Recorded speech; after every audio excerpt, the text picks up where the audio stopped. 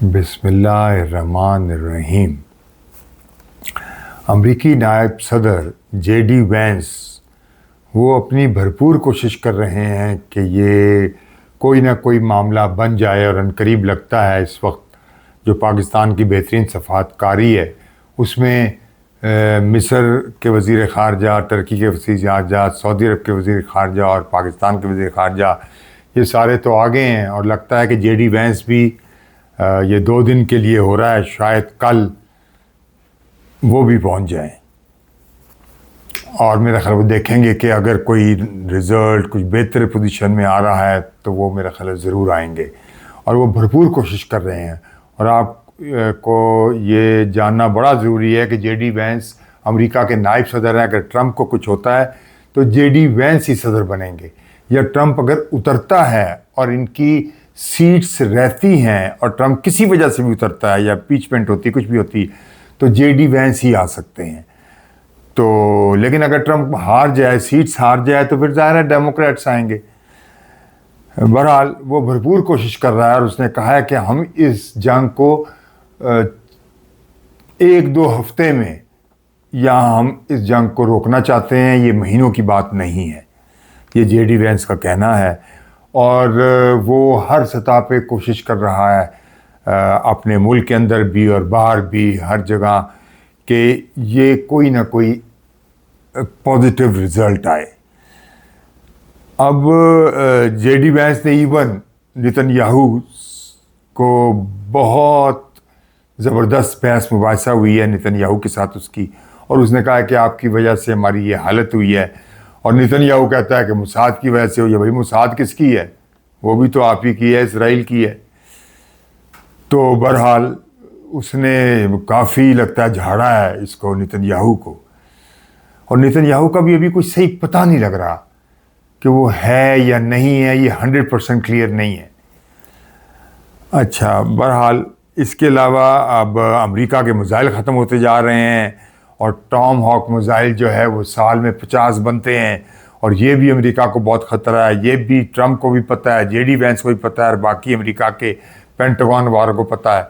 जबकि ईरान के मिसाइलों के शहर हैं और वो मारे चला जा रहा है ईरान, और अमेरिका और इसराइल इसके जवाब में मार तो रहे हैं लेकिन उनकी कुछ नरम पड़ गया है सारा मामला। उनका कुछ लगता है कि उनका वाकई असला खाना ख़त्म हो रहा है और ये चीन चाहता है कि इनका असला खाना ख़त्म हो ताकि बाकी काम जो है वो मैंने करना है कि मैंने कैसे डॉलर को गिराना है, कैसे सारा सोना इकट्ठा करके और फिर उसको भी नीचे गिरा हुआ है उसको ऊपर लेके आना है। तो वो अपनी प्लानिंग में लगा हुआ है चीन। बहरहाल अब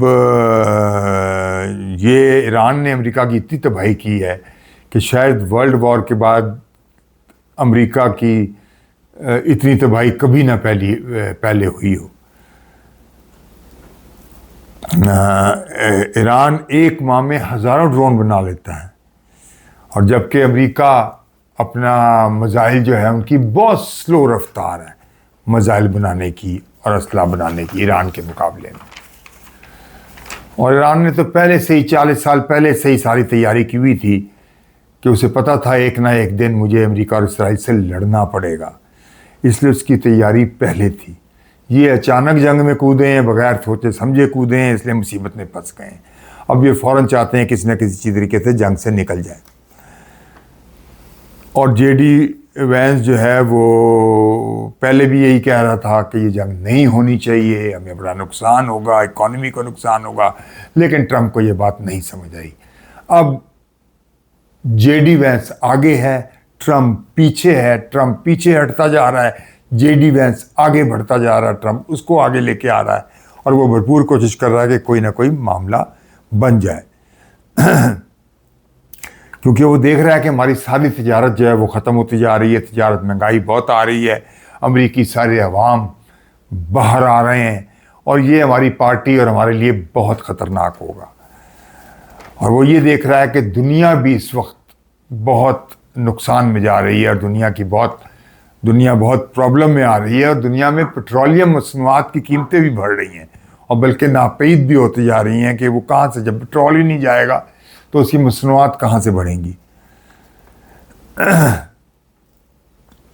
अब यूक्रेन जो बीच में मैदान में आया है, लेकिन ईरान ने उसका आते ही जो उसने सेटअप लगाया था अपना क्या कहते हैं उसमें इसमें कतर में, तो वो ईरान ने उड़ा दिया है। वो एंटी ड्रोन का उसका सेटअप था, वो ईरान ने किस तरीके से उड़ाया। अब देखें कि ईरान की टेक्नोलॉजी किधर से किधर पहुंच गई है। अब देखें कि यूक्रेन के साथ चीन, ये रूस क्या करता है, और उधर चाइना ताइवान के साथ क्या कर सकता है, क्योंकि ताइवान में जो जहाज़ खड़ा था वहाँ ट्रेनिंग कर रहा था, उस जहाज़ को भी अब इधर ट्रंप ने यहाँ बुला लिया। एक तो ट्रंप कह रहा है कि जी हमने तो जंग को रोकना है, वैंस जेडी वैंस भी यही कह रहा है, दूसरी तरफ वो बहरी जहाज़ पे जहाज़ ले ला रहे हैं।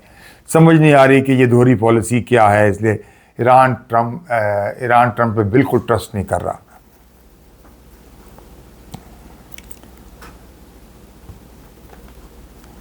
अब चीन के लिए बहुत भरपूर मौका है कि वो ताइवान से निपट ले, और अगर कोई गड़बड़ करे ये साउथ कोरिया या जापान तो उनसे भी निपट ले।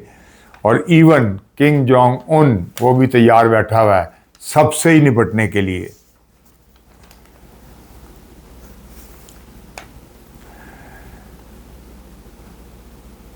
अब ईरान, चीन और रूस जो बेड़ा गर्क कर रहे हैं अमेरिका का, वो ट्रंप समझने से कासिर है। उसको कतई समझ नहीं आ रही कि मेरे साथ, मेरे मुल्क के साथ और दुनिया के साथ क्या हो रहा है।